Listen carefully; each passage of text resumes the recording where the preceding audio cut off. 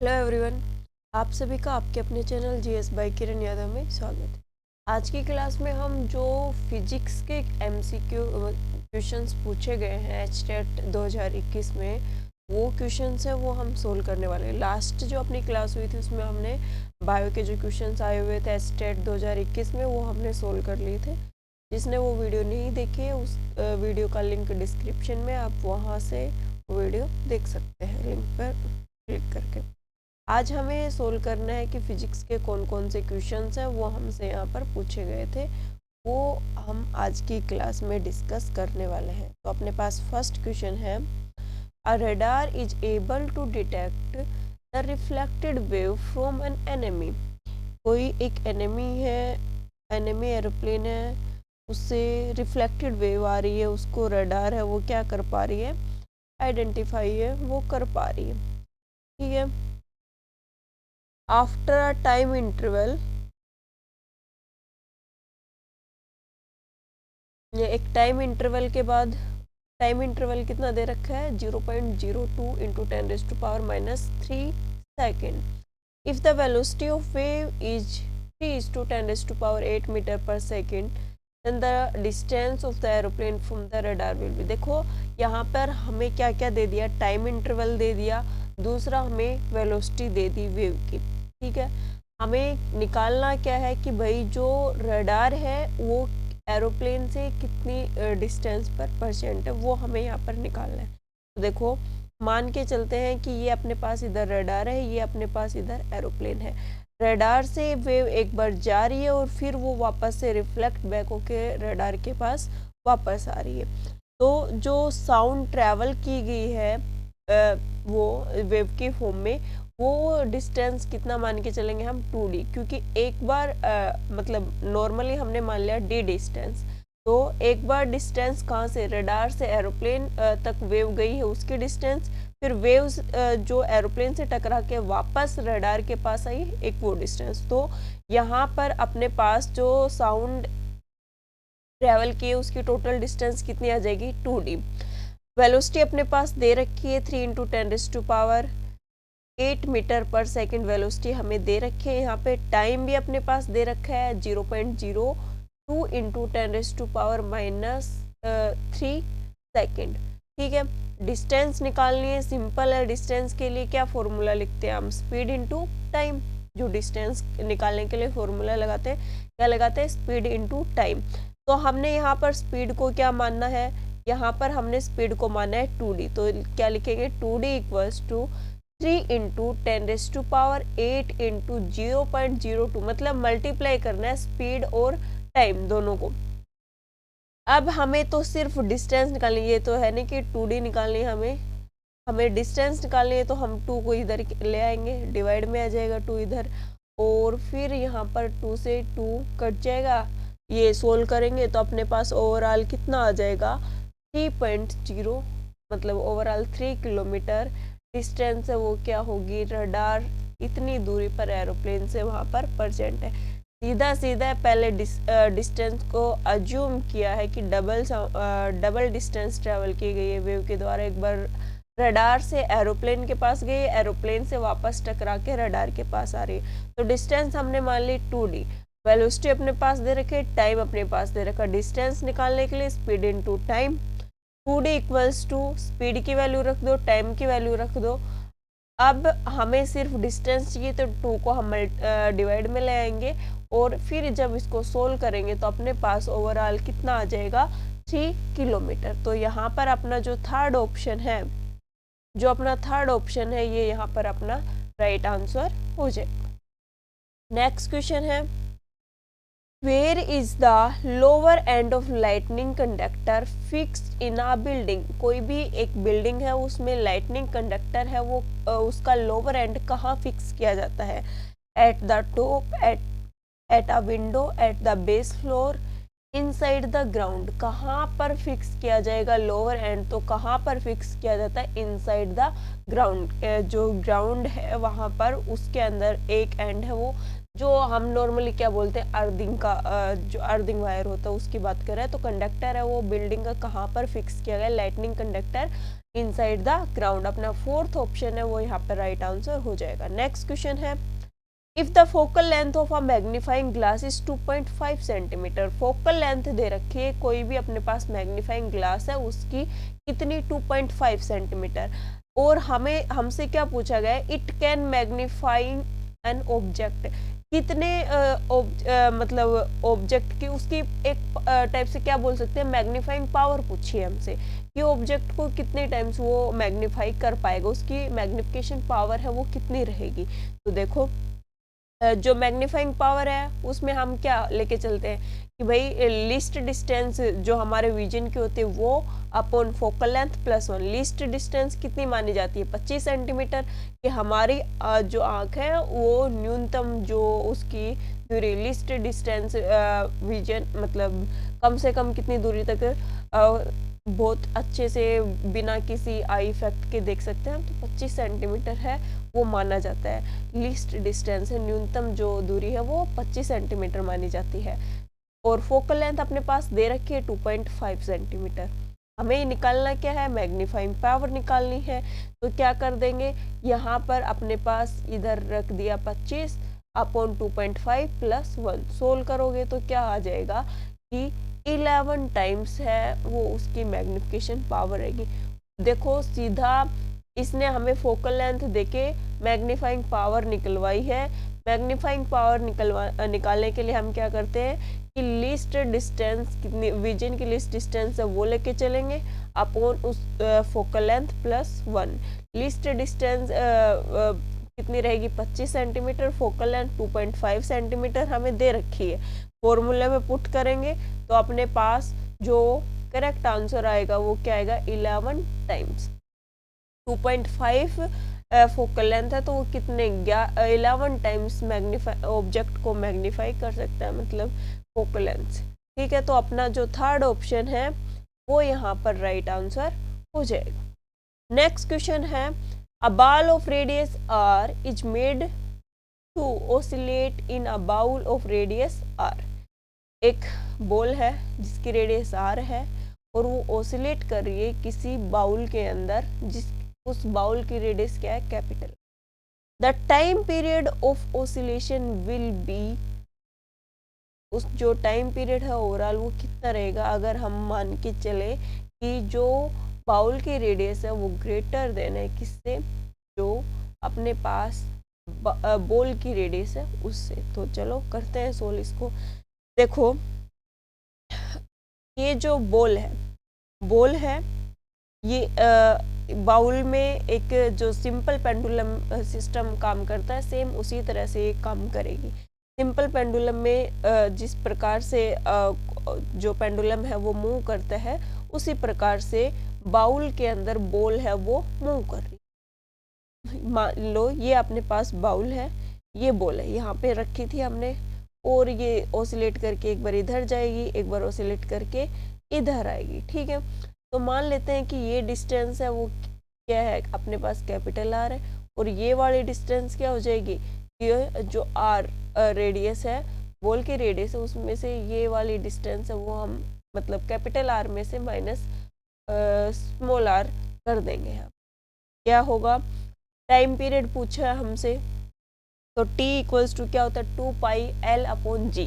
l है mainly किसको, length को डिनोट कर रहा है, तो लेंथ को हम किससे डिनोट करें, इधर r माइनस r से, capital R minus small r से। तो अगर हम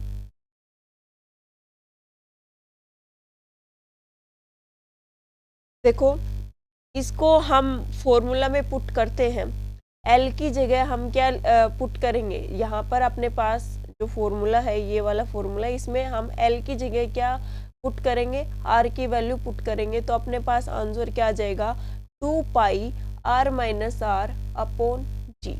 ठीक है, सिंपल पेंडुलम के सिस्टम पे काम करेगा और उसी के अंदर हमें सिर्फ लेंथ की जो डिस्टेंस है उसको पुट करना है।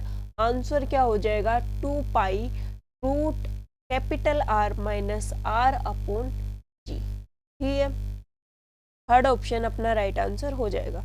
नेक्स्ट क्वेश्चन है, which term is used for celestial body that revolve around the sun in highly elliptical orbit. Highly elliptical orbit है मतलब फास्टली मूविंग ऑर्बिट है, उसके अंदर जो कैलेस्ट्रियल बॉडीज है वो रिवॉल्व कर रही है सन के अराउंड, उसको हम क्या बोलते हैं। तो हमने बस नॉर्मली हम क्या करते हैं कि ये देखा कि सन के अराउंड रिवॉल्व कर रही कोई चीज, वो भी इलिप्टिकल पाथ के अंदर, तो हम सीधा क्या कर देते हैं प्लेनेट, क्योंकि बचपन से ये चीजें 6th-7th क्लास से पढ़ रहे हैं कि सन के चारों तरफ सारे प्लेनेट इलिप्टिकल पाथ में मूव करते हैं। लेकिन यहाँ पर हमें स्पीड है उसके ऊपर भी देखना होता है, पार्टिकल का साइज है वो भी हमें यहाँ पर देखना। तो हमें क्या बोला है, हाईली इलिप्टिकल पाथ है, उसके अंदर वो रिवॉल्व करे कोई कैलेस्ट्रियल बॉडी, तो उसको हम क्या बोलेंगे, तो उसको हम क्या बोलते हैं, कोमेट बोलते हैं। क्या बोलते हैं, कोमेट। तो फर्स्ट ऑप्शन है अपना वो यहाँ पे राइट आंसर हो जाएगा। नेक्स्ट क्वेश्चन है, if n1 n2 and n3 are the fundamental frequency of three which into segments into which a string divide। कोई एक स्ट्रिंग है, कोई अपने पास एक स्ट्रिंग है, उसको 3 फ्रीक्वेंसीज में डिवाइड कर दिया, n1 n2 n3। Then the original fundamental frequency n, original को मान लिया n और उसके जो सेगमेंट बनाए n1 n2 n3, ये इसके 3 सेगमेंट्स है वो बना दिए। तो ओरिजिनल फ्रीक्वेंसी है वो क्या रहेगी, n है वो क्या रहेगी। चलो करते हैं सोल्व। देखो अपने पास कोई भी फंडामेंटल फ्रीक्वेंसी होती है, उसका जो फॉर्मूला नॉर्मल फॉर्मूला है वो क्या होगा, n equals to 1/2l root t/m। यहाँ पर l है वो स्ट्रिंग की लेंथ को डिटरमाइन करेगी, t है वो जो स्ट्रिंग के अंदर टेंशन है उसको डिटरमाइन करती है, m है वो मास पर यूनिट लेंथ है उसको बताता है। अब अपने पास जो स्ट्रिंग थी, मान लो ये अपने पास कोई एक स्ट्रिंग है, इसको 3 पार्ट्स में डिवाइड कर दिया, n1 n2 n3, 3 पार्ट्स में इसको डिवाइड कर दिया। तो इस इक्वेशन के अकॉर्डिंग हमें चलना है। तो इस इक्वेशन में यहाँ हम क्या लिखेंगे, n1 इसकी जो लेंथ हो जाएगी वो क्या हो जाएगी L1, जो अपने पास उसके अंदर टेंशन और मास है वो तो इक्वल रहेगा, सबके अंदर उतना ही टेंशन क्रिएट होगा। तो फर्स्ट इक्वेशन हो गई n1 के लिए, सेकंड n2 के लिए और थर्ड इक्वेशन होगी n3 के लिए। और इन्हीं तीनों इक्वेशंस को टोटल लेंथ को हम ऐड कर सकते हैं। कोई भी मतलब कोई भी स्ट्रिंग है उसकी टोटल लेंथ निकालनी है तो उसके सेगमेंट्स को ऐड करेंगे, तभी अपने पास क्या आएगी, उसकी टोटल लेंथ आएगी। तो लेंथ इक्वल्स टू क्या हो जाएगा, L1 plus L2 plus L3। यहाँ पर जो अपनी इक्वेशन फर्स्ट है इसके अंदर हमें ए बी सी जो अपनी 3 इक्वेशन बनाई है n1 n2 n3 की, उनको यहाँ पर हमें पुट कर देना इक्वेशन फर्स्ट के अंदर। और यहाँ पर जब हम पुट करते हैं तो ओवरऑल क्या आएगा कि भाई L इक्वल्स टू 1/2n और Tm। ठीक है, ये किसके इक्वल, n के इक्वल माना और सभी को हमने यहाँ पर पुट कर दिया, n1 की वैल्यू, n2 की वैल्यू, n3 की वैल्यू। यहाँ हर जगह से हमें क्या कॉमन क्या मिल रहा है, यहाँ पे सब में क्या कॉमन है, 1/2 Tm, ये चीज कॉमन है तो इसको हम क्या ले आए, बाहर ले आए। ठीक है, और दोनों साइड है तो ये इससे कैंसिल हो जाएगा, बचेगा क्या, 1/n equals to 1/n1 plus 1/n2 plus 1/n3। ठीक है, सिंपल सा है। फंडामेंटल फ्रीक्वेंसी का जो फॉर्मूला है उसके अकॉर्डिंग चलना है। सेगमेंट्स की जो लेंथ है उसको हम ऐड करेंगे और ऐड करके फिर हम टोटल जो उसकी फ्रीक्वेंसी है वो निकालेंगे। ठीक है, तो अपना जो option number second, option second है वो यहाँ पर राइट आंसर हो जाएगा। नेक्स्ट क्वेश्चन पे चलते हैं। अ rainbow has a circular shape because of, जो रेनबो है वो हमें सर्कुलर शेप का दिखाई देता है। ऐसा क्यों होता है? The earth is spherical, earth spherical है तो दिखाई देता है। The rain drops are spherical, rain drop spherical है तो दिखाई देता है। The sun is spherical, sun spherical है तो हमें रेनबो सर्कुलर शेप का दिखाई दे रहा है। आवर आइज आर स्पेरिकल, हमारी आंखें हैं वो स्पेरिकल है तो हमें रेनबो सर्कुलर दिखाई दे रहा है। तो क्या होगा इसका राइट आंसर? जो रेन ड्रॉप्स होती हैं वो स्पेरिकल होती है, इस वजह से रेनबो हमें सर्कुलर दिखाई देता है। और अगर ये पूछ लिया जाए कि रेन ड्रॉप्स है वो स्पेरिकल शेप की क्यों होती है, तो वो किसकी वजह से? सरफेस टेंशन की वजह से क्या होती है? वो स्पेरिकल शेप की रहेंगी। रेनबो सर्कुलर क्यों है? रेन ड्रॉप्स की वजह से। रेन ड्रॉप्स है वो स्पेरिकल क्यों है? सरफेस टेंशन की वजह से। नेक्स्ट क्वेश्चन अपने पास, When two bodies move uniformly towards each other, दो बॉडी है वो यूनिफॉर्मली एक दूसरे की तरफ बढ़ रही है। The distance decrease by 6 metre per second, तो उनके डिस्टेंस, दोनों के बीच की डिस्टेंस थी वो कम हो रही है 6 metre per second. If both bodies move in the same direction with the same period, मान लो ये एक अपने पास ऑब्जेक्ट है, दूसरा अपने पास एक ये ऑब्जेक्ट है, ये इधर आ रहा है और ये इधर जा रहा है, मतलब ए ऑब्जेक्ट है वो इधर आ रहा है और बी इधर जा रहा है, तो इनकी जो डिस्टेंस है वो किससे? 6 मीटर पर सेकंड है, वो क्या हो रही है यहाँ पे? कम हो रही है। 6 मीटर पर सेकंड यहाँ पे कम होती है अगर ये दोनों सेम डायरेक्शन में जा रहे हैं। मतलब ये ए ऑब्जेक्ट है ये भी इधर जा रहा है और बी ऑब्जेक्ट है ये भी इधर ही मूव कर रहा है, तो इनकी जो डिस्टेंस है वो इंक्रीज हो जाएगी। कितना? 4 मीटर पर सेकेंड डिस्टेंस है वो इंक्रीज हो जाएगी। तो इन दोनों बॉडीज की स्पीड है वो हमें यहाँ पर देखना है।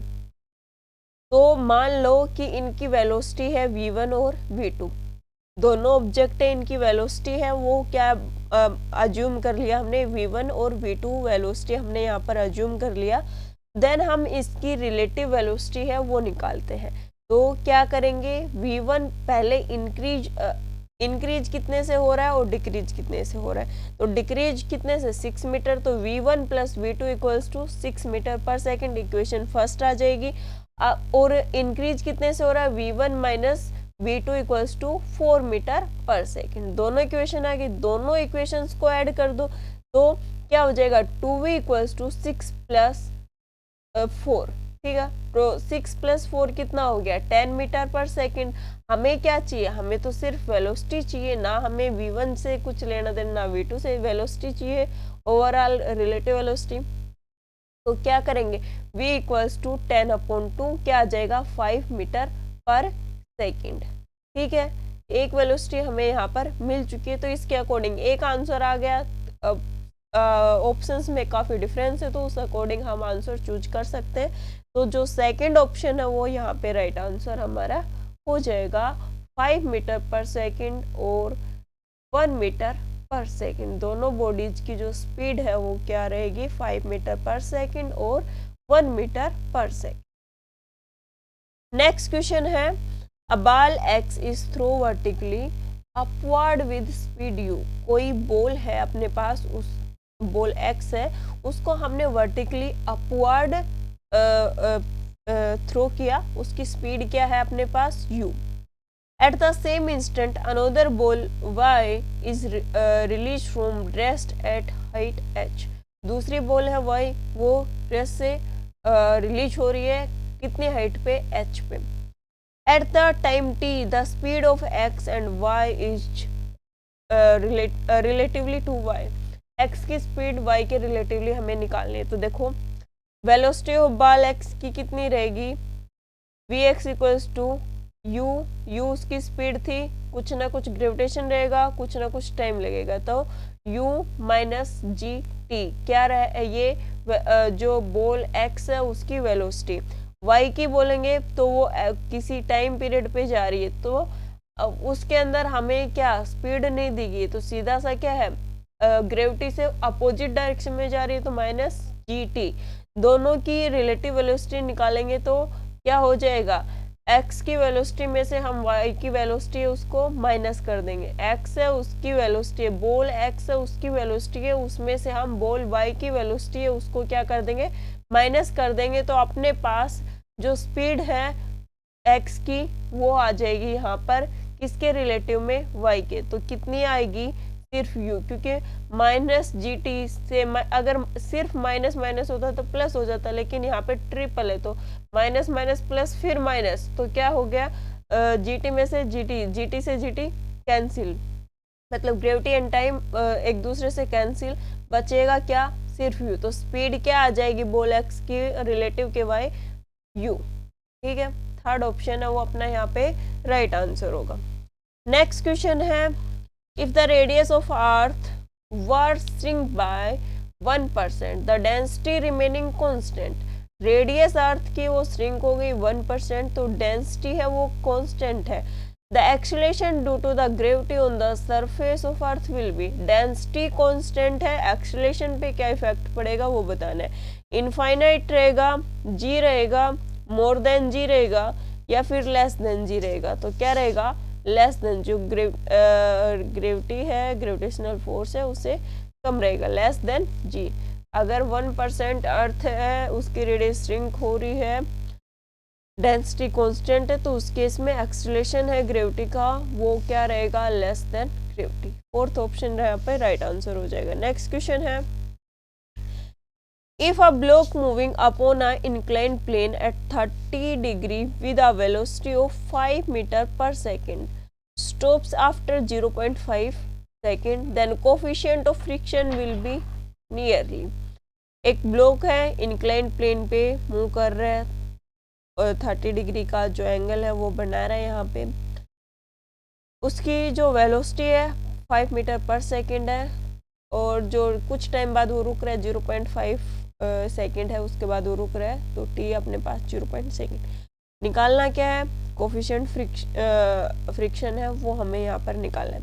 ये अपने पास इंक्लाइंड प्लेन पे एक बॉक्स है, मूव कर रहे हैं, यहाँ पर कोई ना कोई ये एंगल बनेगा, तो एम जी आपको पता है ग्रेविटी की वजह से जो फोर्स अप्लाइड होगा, तो इधर अपने पास एम जी कोस थीटा और इधर इंक्लाइंड प्लेन में एम जी साइन थीटा। ठीक है, इक्वेशन अपने पास क्या आ जाएगी, v equals to U plus A T, put कर दो, v क्या है 0 equals to 5 plus A into T अपने पास दे रखा है 0.5, तो a कितना आएगा, जो एक्सेलरेशन है वो कितना आ गया 10 mg पर 10 मीटर पर सेकेंड स्क्वायर। इसका मतलब क्या है कि भाई यहाँ एक्सेलरेशन है वो कितना है 10 मीटर पर सेकेंड स्क्वायर, तो आगे वैल्यू पुट करो, m ji sine theta plus f equals to M a, जो एम जी साइन थीटा प्लस फोर्स है, फोर्स अप्लाई हो रहा है उसको किसके इक्वल मानेंगे, mass into acceleration. Then put करो इसके अंदर m ji sine theta plus u v equals to m g a, और क्या लिख सकते हैं m ji sine theta plus u m g a cos theta equals to M A, मतलब overall क्या लिख दें M ji sine theta mu M G cos theta equals to mass into acceleration.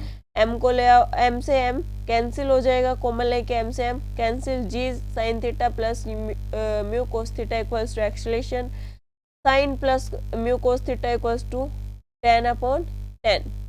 ठीक है, तो क्या आ जाएगी वैल्यू 1 आ जाएगी, mu equals to 1 minus sine theta upon cos theta. Sine theta अपने पास कितना दे रखा है 30 दे रखा है, तो 1 minus sine 30 upon cos 30। Sine 30 की वैल्यू क्या होती है 1/2 होती है, और कोस 30 की वैल्यू √1/2 होगी, तो ये नियरली अप्रोक्स कितना आ जाएगा अपने पास 0.577, नियरली अप्रोक्स किसके है ये 0.6 के अप्रोक्स है, तो अपने पास जो राइट आंसर हो जाएगा वो क्या हो जाएगा 0.6। नेक्स्ट क्वेश्चन अपने पास, the equivalent resistance of a resistance joined in parallel is 6.5 coulomb. When one of the resistance wire is broken, the effective resistance become 2 ohm। ठीक है, the resistance of wire got broken. देखो क्या बोल रहे हैं कि दो पैरेलली रेजिस्टेंस है वो जुड़े हुए 6-5 ओम, ठीक है। अगर एक वायर उनमें से टूट जाता है तो उसका इफेक्टिव रेजिस्टेंस कितना आता है, 2 ओम आता है। तो दूसरी वायर है वो टूटती है तो उसके ऊपर कितना रेजिस्टेंस जाएगा, 2 ओम ही जाएगा, 3 ओम जाएगा, 5 जाएगा, कितना जाएगा। तो देखो पैरेलल है तो क्या हो जाएगा, टोटल रेजिस्टेंस को किससे मान रहे हैं, 1/r से। क्या हो जाएगा, एक को R1 मान लो, एक को R2, तो 1/r। वैसे भी नॉर्मली हम पैरेलल में निकालते हैं तो क्या लिखते हैं, 1/r equals to 1/r2 plus R1 plus R2 plus R3, ठीक है। तो सेम केस यहाँ पे है, 1/r equals to 1/r1 plus 1/r2। R total equals to क्या हो जाएगा, एलसीएम लेके करोगे सोल इसको, तो R1 R2 upon R1 plus R2, जो कि कितना दे रखा अपने पास ऑलरेडी, 6/5 ओम हमें यहाँ पे ऑलरेडी उसकी वैल्यू दे रखी है। जब एक वायर जो R1 है सीरीज के अंदर वो वायर टूटता है तो उसका हमें कितना वैल्यू दे रखा है, 2 ओम। तो रख दो, टोटल रेजिस्टेंस 6/5 है, ठीक है। 6/5 equals to 2R2 upon 2 plus R2। जो अपने पास ये इक्वेशन हमने बनाई है सीरीज रेजिस्टेंस वाले इक्वेशन से, उसके अंदर वैल्यू पुट करनी है। सोल्व करेंगे तो 4R2 इक्वल्स टू 12 और R2 इक्वल्स टू क्या आ जाएगा, 3। R2 equals to 3। तो यहाँ पर जो सेकंड वायर है, जो सेकंड रेजिस्टेंस है R2 है, अगर उसकी वायर है वो टूटती है तो मतलब उसका इफेक्टिव रेजिस्टेंस कितना होगा, 3 ओम उसका इफेक्टिव रेजिस्टेंस है वो होगा। यहाँ पर ये सेकंड ऑप्शन अपना राइट आंसर हो जाएगा। नेक्स्ट क्वेश्चन अपने पास, the power of a water pump is 2 kilowatt, the amount of water it can reach in 1 minute to a height of 10 metre will be. कोई भी एक वाटर पंप है, उसकी पावर दे रखी है कितना, 2 किलोवाट। वो कितना अमाउंट वाटर है वो 10 मीटर हाइट से क्या कर पाएगा, रीच कर पाएगा, वो हमें यहाँ पर देना बताना है। जी अपने पास ऑलरेडी इसने दे रखा है, जी की वैल्यू दे रखी है। देखो पावर ऑफ पंप कितनी है, 2 किलोवाट, वाट में कन्वर्ट करोगे तो कितना हो जाएगा, 2000 वोट। टाइम है 60 सेकेंड, मतलब 1 मिनट 60 सेकेंड। जी अपने पास दे रखा है 10 मीटर पर सेकेंड। तो पावर निकालनी है, तो पावर में हम क्या चीज देखते हैं, work done per unit time. तो वर्क डन इक्वल्स टू क्या हो जाएगा, mgh। Work done equals to mgh। m अपने पास दे नहीं रखा, g की वैल्यू है और h की वैल्यू, हाइट है अपने पास, ग्रेविटी, दोनों चीज दे रखी है। तो m इक्वल्स क्या आ जाएगा, work done equals to 10 m, ठीक है। पावर निकालेंगे तो क्या हो जाएगा, 10 m नहीं 100 m है भाई, 100 m अपॉन टी। टी हम कितना लेके चल रहे हैं, 60 सेकंड लेके चल रहे, और पावर अपने पास कितनी है, 2000 watt. 2000 watt equals to 100 m upon 60। हमें क्या निकालना है, एम ही तो निकालना है, जो अमाउंट है वही निकालनी है। तो m को ले आओ इधर, m को इधर ले आओ, और ये जो 2000 है ये इधर जाएगा, तो वैल्यू कितनी आएगी अपने पास, यहाँ पर कितनी हो जाएगी, 1200 kg। जब इसको सोल्व करेंगे तो क्या हो जाएगा, 1200 किलोग्राम इसका जो अमाउंट है वाटर का वो अपने पास यहाँ पे आ जाएगा। कि पर मिनट 2000 वोट अगर उसको पावर दे रहे हैं तो जो वाटर पंप है वो पर मिनट कितनी 10 मीटर हाइट पे 1200 किलोग्राम वाटर है वो ऊपर पहुंचा रहा है। तो अपना जो थर्ड ऑप्शन है वो यहाँ पर राइट आंसर हो जाएगा। ये अपने जो फिजिक्स के एमसीक्यू थे जो 2021 वाले पेपर में पूछे गए थे वो कंप्लीट होते हैं। सारे के सारे ऑलमोस्ट न्यूमेरिकल, ये 2 ही नॉर्मल क्वेश्चन आए, सारे न्यूमेरिकल हैं। और न्यूमेरिकल्स भी अपना 11th-12th का लेवल है वहाँ से। तो इसमें मत रहना कि टीजीटी है 9th-10th पढ़ लेंगे, यहीं तक सफिशिएंट है। टीजीटी के लिए भी 11th-12th ही पढ़नी पड़ेगी। अगर आपको न्यूमेरिकल समझ में आए, वीडियो कुछ इंफॉर्मेटिव लगी तो प्लीज़ लाइक कर देना, शेयर कर देना, और जो चैनल पे है वो चैनल को सब्सक्राइब कर लीजिए ताकि आगे जो भी वीडियो अपलोड हो उसका नोटिफिकेशन आपको मिलता रहे। Thank you so much, have a nice day.